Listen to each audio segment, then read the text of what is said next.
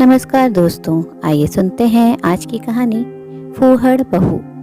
क्या कामना जी का दिल बराबर स्टेटस वाली बहू के आगे फूहड़ बहू जीत पाई? ये क्या कैसे तैयार हुई है? तू भी ना किस फूहड़ को अपनी पत्नी बनाकर ले आया है? ये एक कॉर्पोरेट पार्टी है और इसमें विदेई ऐसे जाएगी? मेरी तो नाक ही कट जाएगी। लोग कहेंगे बहू से ज्यादा तो सास मॉडर्न लग रही है। रुद्र, इसे थोड़ी तो मॉडर्न ड्रेस दिला दे और ढंग से रहने का सलीका सिखा। ऐसे तो ये इस घर में नहीं रह पाएगी।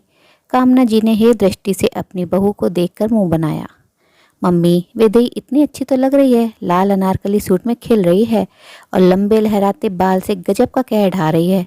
इसकी इसी सुंदरता और सादगी पर मैं फिदा हो गया हूँ और अब इसे ही बदल दूँ तो ये ठीक नहीं होगा।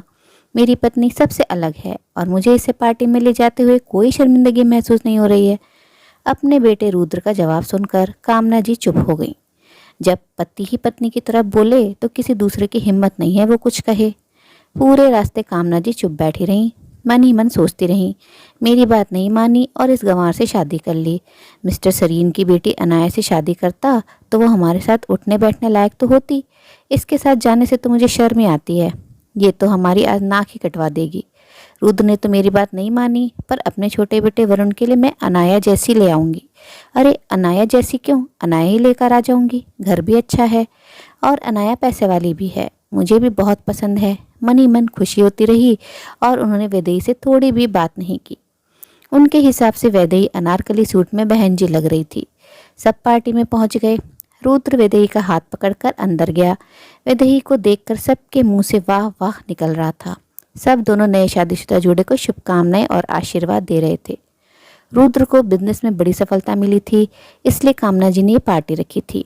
वो खुद महंगा गाउन पहनकर आई थी तो उन्हें अपनी बहू सामान्य सी लग रही थी। जब पार्टी में वैदेही के सूट और उसकी तारीफ हो रही थी तो कामना जी से बर्दाश्त नहीं हो रहा था। थोड़ी ही देर में मॉडर्न कपड़ों में अनाया अपने पापा के साथ आ गई तो कामना जी ने उनसे सहमति ली और वरुण के साथ अनाया की सगाई की घोषणा कर दी। पूरा हॉल तालियों की गड़गड़ाहट से गूंज उठा। घर आकर वरुण ने कहा, मम्मी अचानक अनाया से मेरी सगाई क्यों करवा रही हैं? पहले हम एक दूसरे को जान तो लें। हमने सिर्फ बिजनेस की ही बातें की हैं, कभी घर परिवार और रिश्तों की कोई बात नहीं की। ये सुनकर कामना जी ने चुप करवा दिया। मैं नहीं चाहती कि तू भी रुद्र के जैसी कोई गंवार घर में उठाकर ले आए। मुझे मेरे बराबर स्टेटस वाली बहू चाहिए जो मेरे साथ किटी पार्टी और बाहर उठ बैठ सके। वरुण अपनी मम्मी की बात का विरोध नहीं कर पाता था और उसकी सगाई तय कर दी गई। कामना जी अनाया को बहू के रूप में देखने के लिए बहुत उत्साहित थी। अगली सुबह नाश्ते की टेबल पर कामना जी चिल्लाकर बोली, ये क्या, तुझे थोड़ी भी अक्ल नहीं है? हम नाश्ते में ब्रेड बटर खाते हैं और तूने ये घी के पराठे और आलू की सब्जी बना दी। रुद्र तो इन्हें छुएगा भी नहीं, इतना घी हमें नुकसान करेगा।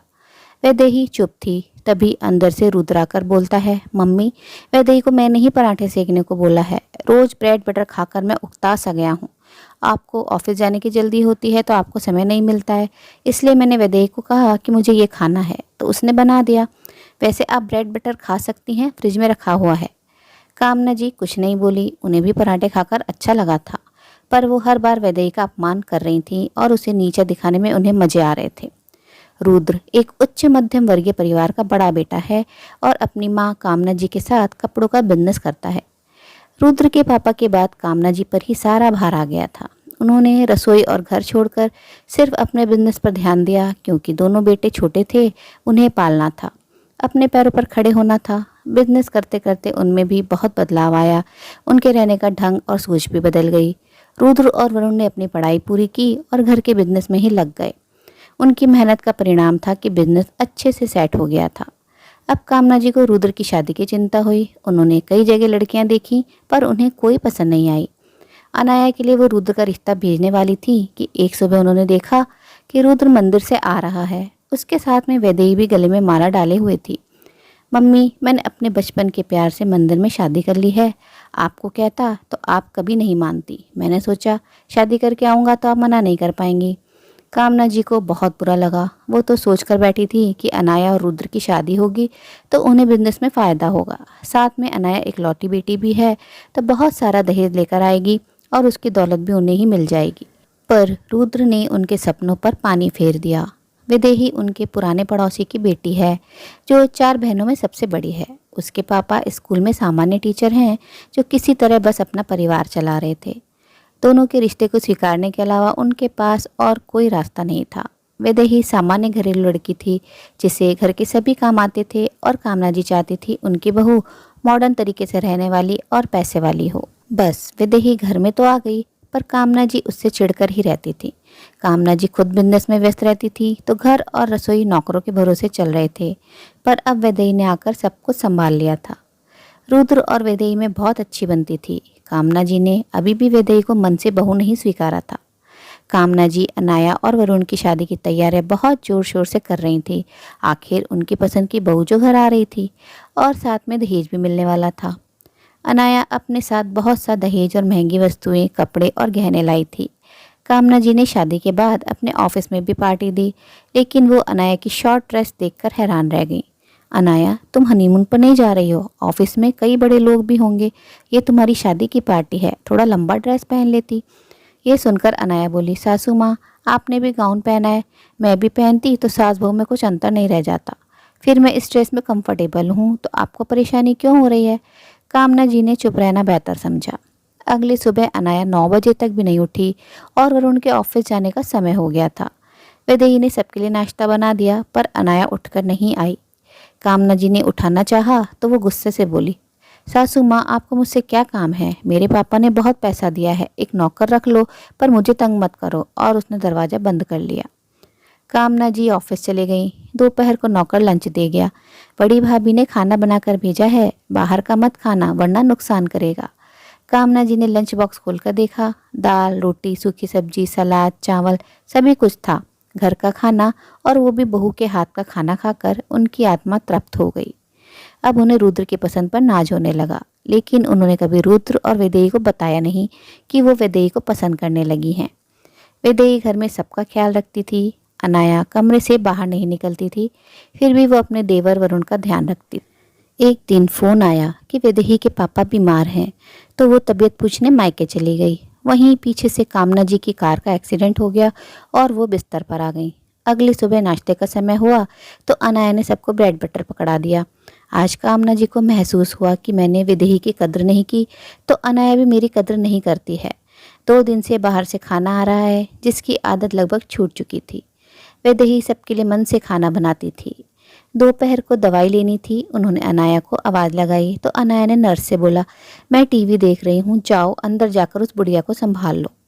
यह सुनकर उन्हें बहुत बुरा लगा। अनाया उनके कमरे में आती ही नहीं थी और अगली सुबह वो वरुण को लेकर अपने मायके चले गई ताकि उसे सास की सेवा नहीं करनी पड़े। कामना जी के एक्सीडेंट की खबर सुनते ही वैदेही बेचैन हो गई और वापस ससुराल आ गई। रुद्र ने कहा भी कि तुम अपने पापा को छोड़कर मेरी मम्मी की सेवा करने आ गई। हाँ रुद्र, पापा पहले से ठीक हैं और वहाँ उनकी सेवा करने के लिए मेरी 3 बहनें हैं, मम्मी हैं, लेकिन इधर तो मम्मी जी अकेली हैं। आप दोनों तो ऑफिस चले जाओगे, फिर मम्मी जी को कौन संभालेगा? वो घर की बड़ी हैं, इस घर की मालकिन हैं, तो उन्हें नर्स के भरोसे तो नहीं छोड़ा जा सकता है। और अब वो मेरी भी मम्मी हैं। कामना जी ने ये सब सुना तो उनका दिल भर आया। जिस बहू का इतना अपमान किया, दिन रात ताने दिए, हर वक्त कमी निकाली, आज वो ही बहू उनकी सेवा के लिए तत्पर है, नर्स से बढ़कर उनका ख्याल रख रही है। कामना जी को आत्मग्लानि महसूस हो रही थी। एक दिन मूसलाधार बारिश हो गई। शहर के सारे रास्ते जाम हो गए, सभी सेवाएं बाधित हो गई, तो नर्स भी नहीं आई। अब कामना जी के सारे काम वैदेही करने लगी। वो उन्हें प्यार से नहलाती, उनको कपड़े पहनाती और उनके बाल भी बनाती थी। उनको समय पर दवा भी देती थी।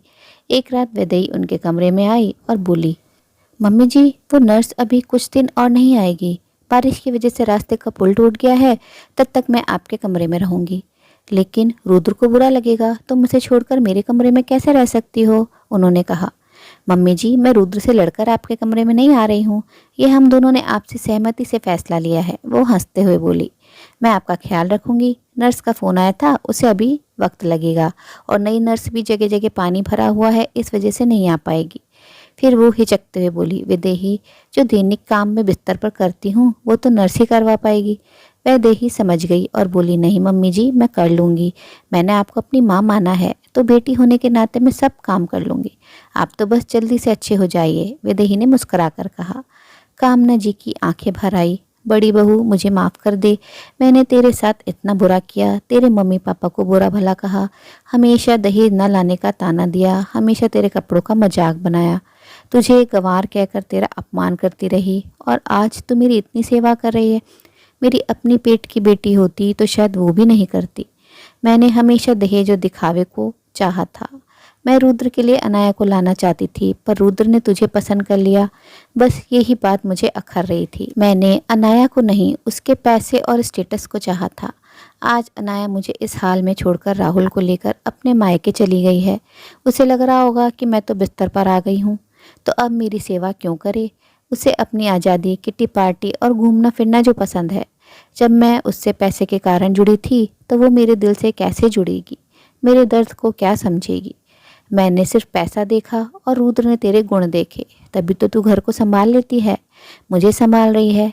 अनाया और तुझ में कितना बड़ा फ़र्क है।